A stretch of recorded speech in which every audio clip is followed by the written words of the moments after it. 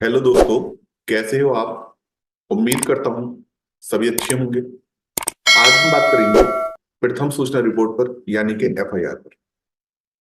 और सबसे पहले हम ये जानने की कोशिश करेंगे कि एफआईआर होती क्या है, एफआईआर के रिगार्डिंग कौन से कानून में प्रोविजन किया गया है, एफआईआर के एसेंशियल एलिमेंट्स क्या हैं। और साथ ही साथ हम ये देखेंगे कि अगर जो कोई व्यक्ति पुलिस थाने के भाषांतक अधिकारी के समक्ष एफआईआर लिखवाने जाता है, एफआईआर दर्ज कराने जाता है, और पुलिस अधिकारी उस एफआईआर को दर्ज नहीं करता है, तो इस व्यक्ति को क्या और उपचार है अगर जो पुलिस थाने के भाषांतक अधिकारी ने एफआईआर को दर्ज करने से इनकार कर दिया है। तो सबसे पहले हम जानने की कोशिश करेंगे कि प्रथम सूचना रिपोर्ट होती क्या है, एफआईआर होती क्या है, इसका क्या अर्थ है। तो याद रखना, यहां पर जब हम एफआईआर की बात आती है तो हम बात करेंगे सीआरपीसी की, दंड प्रक्रिया संहिता 1973 की। सीआरपीसी का जो सेक्शन 154 है, धारा 154 जो है, जनरली वहां कहा जाता है कि एफआईआर की बात करता है। लेकिन जो टर्म है एफआईआर, प्रथम सूचना रिपोर्ट, इसकी परिभाषा कहीं पर भी सीआरपीसी में नहीं दी गई है। दंड प्रक्रिया संहिता में कहीं पर भी प्रथम सूचना रिपोर्ट जो शब्द है इनको परिभाषित नहीं किया है। तो हम जानने की कोशिश करेंगे कि ये होता क्या है, इसका मीनिंग क्या है, प्रथम सूचना रिपोर्ट है क्या। तो सुप्रीम कोर्ट का एक केस आया, प्रताप सिंह कैरो बनाम स्टेट ऑफ पंजाब। प्रताप सिंह कैरो बनाम स्टेट ऑफ पंजाब का वाद आया, और इस वाद में सर्वोच्च न्यायालय ने, सुप्रीम कोर्ट ने जो है, जो टर्म है एफआईआर, फर्स्ट इंफॉर्मेशन रिपोर्ट, इसको डिफाइन किया, इसको परिभाषित किया।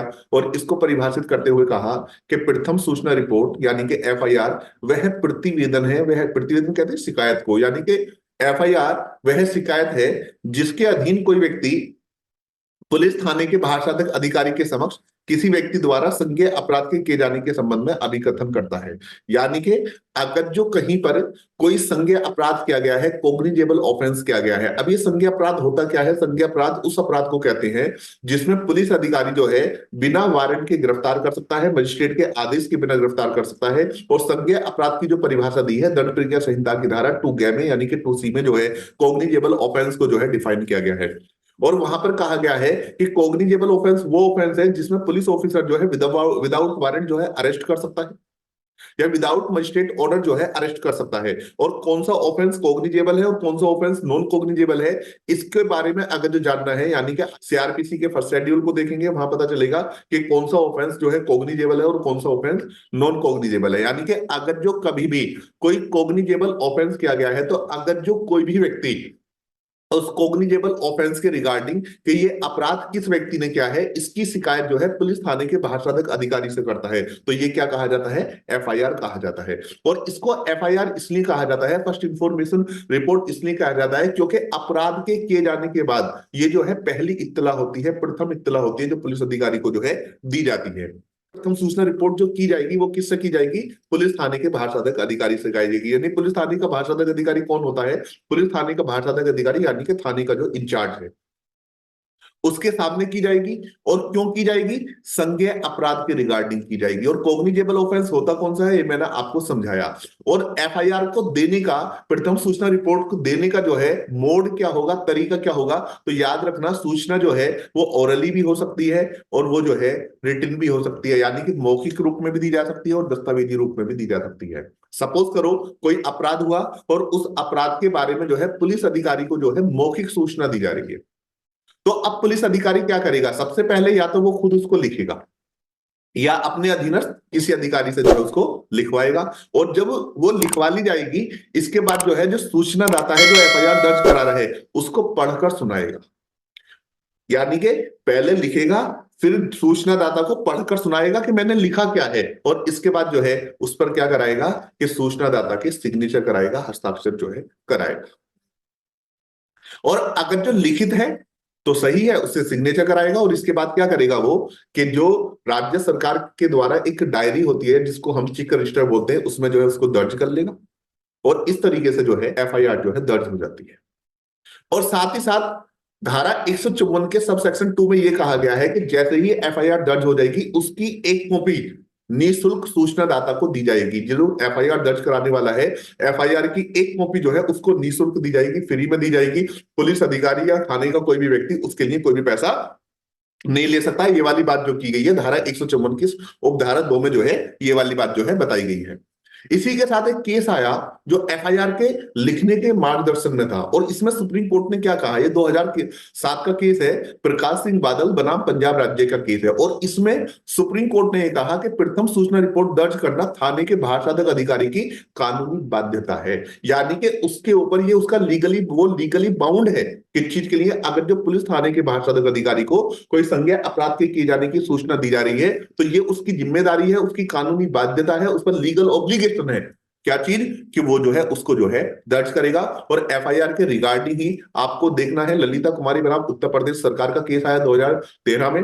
इसी के साथ जोगिंदर सिंह बनाम स्टेट ऑफ हरियाणा 2021 का केस आया। ये एफआईआर के रिगार्डिंग जो है ये मार्गदर्शन केस है जो मार्गदर्शन कर रहे हैं समय समय पर। अब क्वेश्चन ये पैदा होता है कि सपोज करो कि अगर जो कोई व्यक्ति पुलिस थाने के भाषाधक अधिकारी के सामने एफआईआर दर्ज कराने जाता है, और जनरली ऐसा होता है कि पुलिस थाने का भाषाधक अधिकारी जो है अब उस सूचना को अभिलिखित करने से इनकार कर रहा है या एफआईआर को दर्ज नहीं कर रहा, पीड़ित सूचना दाता की बात नहीं सुन रहा, उसे भगा दिया, धिक्कार दिया, कुछ भी करा, तो अब सूचना दाता के पास क्या क्या उपचार है।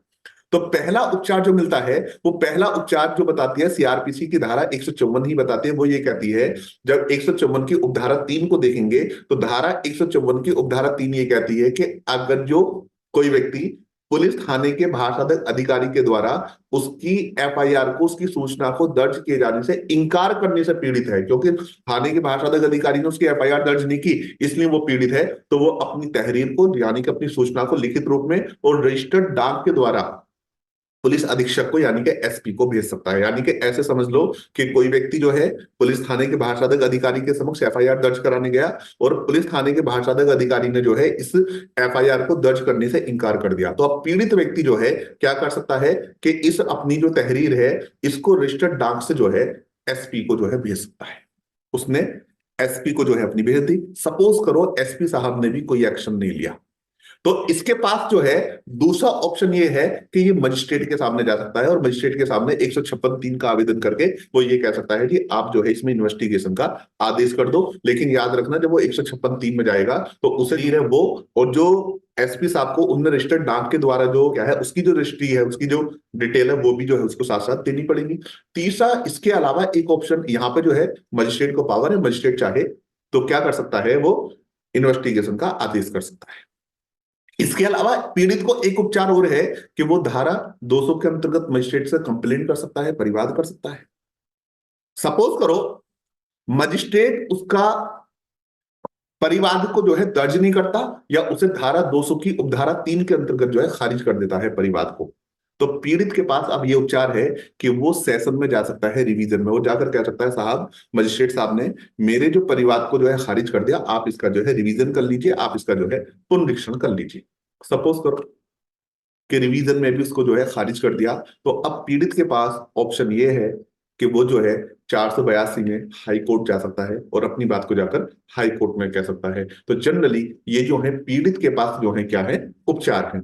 इसी तरीके से आए दिन हमारी नए नए विषयों पर, नए नए टॉपिक्स पर वीडियो आती रहेंगी। अगर जो वीडियोस पसंद आती हैं तो चैनल को जो है लाइक करें, सब्सक्राइब करें और वीडियो को जो है ज्यादा से ज्यादा जो है शेयर करें। इसी के साथ जय हिंद, जय भारत।